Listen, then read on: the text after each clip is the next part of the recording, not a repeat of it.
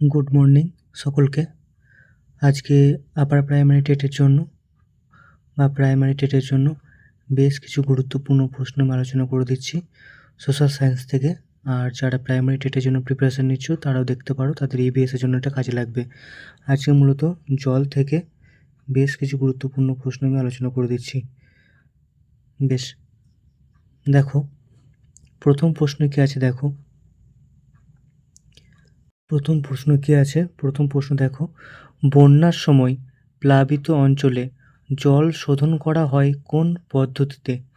এখানে অপশান এতে কি দিয়েছে দেখো, অতিবেগুনি রশ্মি ব্যবহার করে, অক্সিজেন গ্যাস ব্যবহার করে, ফিটকিরি মিশিয়ে ও জল ফুটিয়ে। এখানে কিন্তু উত্তর হবে কি ফিটকিরি মিশিয়ে। বন্যার সময় প্লাবিত অঞ্চলে জল শোধন করা হয় ফিটকিরি মিশিয়ে। পরবর্তী কোয়েশ্চেন কি বলেছে দেখো, 2 নম্বর কোয়েশ্চেন, ভৌম জল অপর কি নামে পরিচিত? অপশান এ থেকে দিয়েছে দেখো উপপৃষ্ঠীয় জল, বি থেকে দিয়েছে সহজাত জল, সি থেকে দিয়েছে উৎসন্ধ জল, আর ডি দিয়েছে কোনোটাই নয়। এখানে কিন্তু উত্তর হবে কি না উপপৃষ্ঠীয় জল। এখানে উত্তর হবে ভৌম জলের অপর নাম হচ্ছে উপপৃষ্ঠীয় জল। পরবর্তী কোশ্চেন দেখো, 3 নম্বর কোশ্চেন দেখো কি বলেছে। এখানে 3 নম্বর কোশ্চেন কি বলেছে, মরু অঞ্চলে ভৌমজলের পরিমাণ অপশান এ থেকে দিয়েছে খুব বেশি, বিতে মাঝারি, কম, আর কোনোটিই নয়। এখানে কিন্তু উত্তর হবে কি মরু অঞ্চলে কিন্তু ভৌমজলের পরিমাণ কিন্তু খুব কম। মরু অঞ্চলে ভৌমজলের পরিমাণ কিন্তু খুব কম। অপশান সি কিন্তু এখানে উত্তর। পরবর্তী কোয়েশ্চেন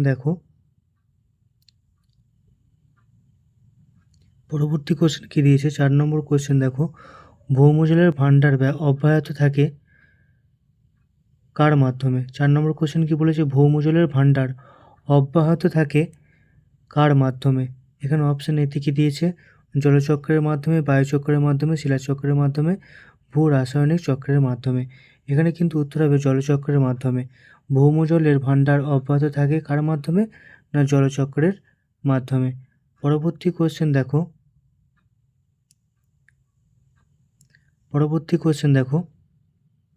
5 নম্বর কোয়েশ্চেন কি বলেছে, বৃষ্টিপাত ও তুষার গলা জলে পুষ্ট ভৌমজলকে কি বলে?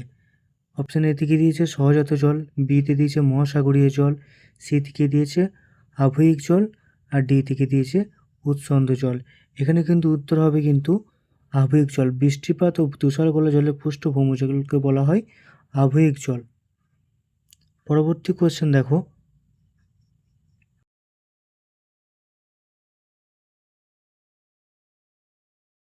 6 নম্বর কোয়েশ্চেন দেখো এখানে কি বলেছে, সবিরম স্তরের নিচে স্থায়ীভাবে ভৌমজলের যে স্তর থাকে তাকে কি বলা হয়? এখানে অপশান এ থেকে দিয়েছে সম্পৃক্ত স্তর, বি থেকে আছে কৈশিক স্তর, ভাধ স্তর, অসম্পৃক্ত স্তর। এখানে কিন্তু উত্তর হবে কি না সম্পৃক্ত স্তর। 7 নম্বর কোয়েশ্চেন, যে ভূতাত্ত্বিক স্তরের মধ্যে দিয়ে জল খরিত পরিপূরিত হয় তাকে কি বলা হয়? এখানে অপশান এ থেকে দিয়েছে ভাদস জল, ভৌম জলস্তর, গিজর, আর হচ্ছে অ্যাকুইফার। এখানে কিন্তু উত্তর হবে কি ভাদস জল। এখানে উত্তর হবে ভাদস জল। যে ভূতাত্ত্বিক স্তরের মধ্য দিয়ে জল খরিত পরিপূরিত হয় তাকে বলা হয় ভাদস জল। পরবর্তী কোয়েশ্চেন দেখো 8 নম্বর কোয়েশ্চেন দেখো কি বলেছে। 8 নম্বর কোয়েশ্চেন, ভৌম জলতলের ওপর প্রবেশ্য শিলাস্তরের মধ্যে দিয়ে বাহিত জলকে বলে কি জল? দেখো এখানে ভাদস জল, সহজাত জল, উৎসন্ধ জল আর ঘনীভূত জল। এখানে কিন্তু উত্তর হবে কি ভাদস জল। এখানে উত্তর হবে কি ভাদস জল। পরবর্তী কোয়েশ্চেন দেখো 9 নম্বর কোয়েশ্চেন দেখো, শুধুমাত্র বর্ষাকালে যে স্তর থেকে সাময়িকভাবে ভৌমজল পাওয়া যায় তাকে বলা হয় কি? এখানে অপশানগুলি তোমরা দেখো, কৈশিক স্তর, অবিরাম সম্পৃক্ত স্তর, সবিরাম সম্পৃক্ত স্তর আর হচ্ছে ভাজ্য স্তর। এখানে কিন্তু কি উত্তর হবে? সবিরাম সম্পৃক্ত স্তর। অপশন সি কিন্তু এখানে রাইট অ্যান্সার। অপশন সি কিন্তু এখানে রাইট অ্যান্সার। পরবর্তী কোয়েশ্চেন দেখো, 10 নম্বর প্রশ্ন কি বলেছে দেখো। 10 নম্বর প্রশ্ন কি বলেছে? ভূপৃষ্ঠের কোনো অংশে ভূগর্ভের জল স্বাভাবিকভাবে বেরিয়ে এলে তাকে কি বলে? এখানে অপশান এ থেকে দিয়েছে প্রশোভন, বি থেকে দিয়েছে জলধারা, সিতে আছে ঝর্ণা, ডি থেকে আছে নালা। এখানে কিন্তু উত্তর হবে কি না প্রশোভন। এখানে কিন্তু উত্তর হবে প্রশোভন। ভূপৃষ্ঠের কোনো অংশে ভূগর্ভের জল স্বাভাবিকভাবে বেরিয়ে এলে তাকে বলা হয় প্রশোভন। পরবর্তী কোয়েশ্চেন দেখো, 11 নম্বর কোয়েশ্চেন কি বলেছে? বায়ুমণ্ডল, শিলামণ্ডল, বায়ুমণ্ডলের মধ্যে দিয়ে বিভিন্ন অবস্থায় জলের যে অবিরাম স্থানান্তর ঘটে তাকে কি বলা হয়?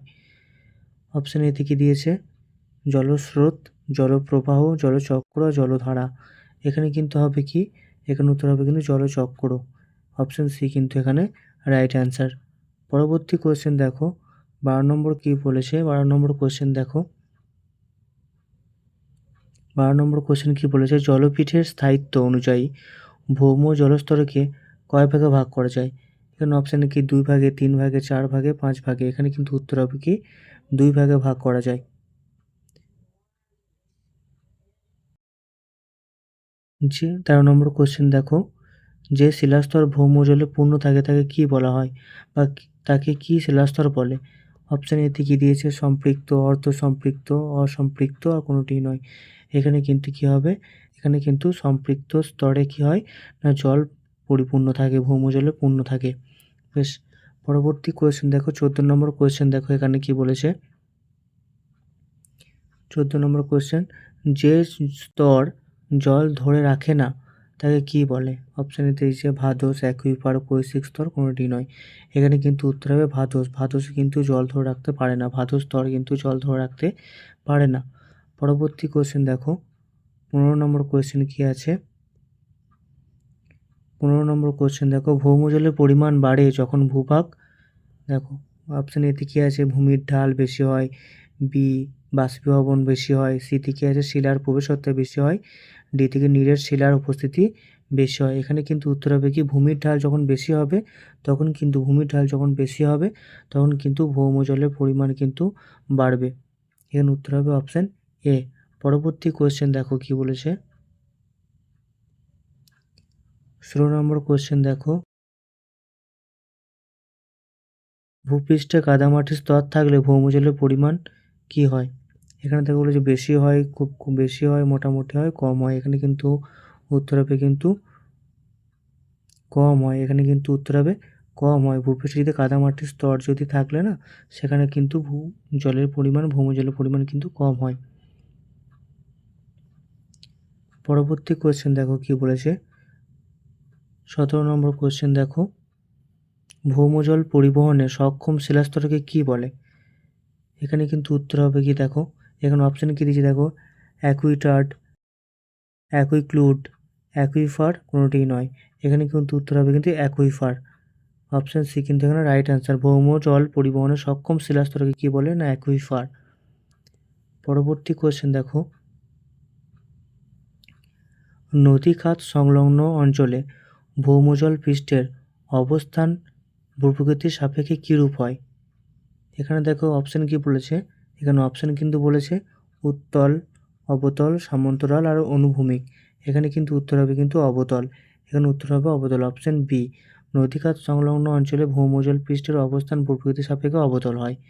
পরবর্তী কোয়েশ্চেন দেখো, 19 নম্বর কোয়েশ্চেন কি বলেছে? 19 নম্বর কোয়েশ্চেন কি বলেছে?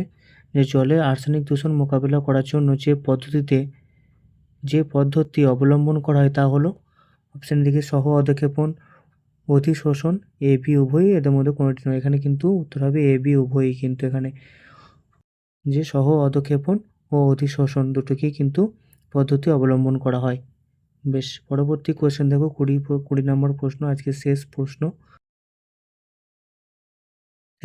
দেখো, জলাভূমিতে থাকা অণুজীবদের দ্বারা উদ্ভূত হয় কি কোন গ্যাস? দেখো মিথেন, এরোসোল, এলিনভার আর বিউটেন। এখানে কিন্তু উত্তর হবে মিথেন গ্যাস। জলাভূমিতে যখন অণুজীব থাকে না, তখন কিন্তু মিথেন গ্যাসটাই কিন্তু উদ্ভূত হয়। তোমাদেরকে আজকে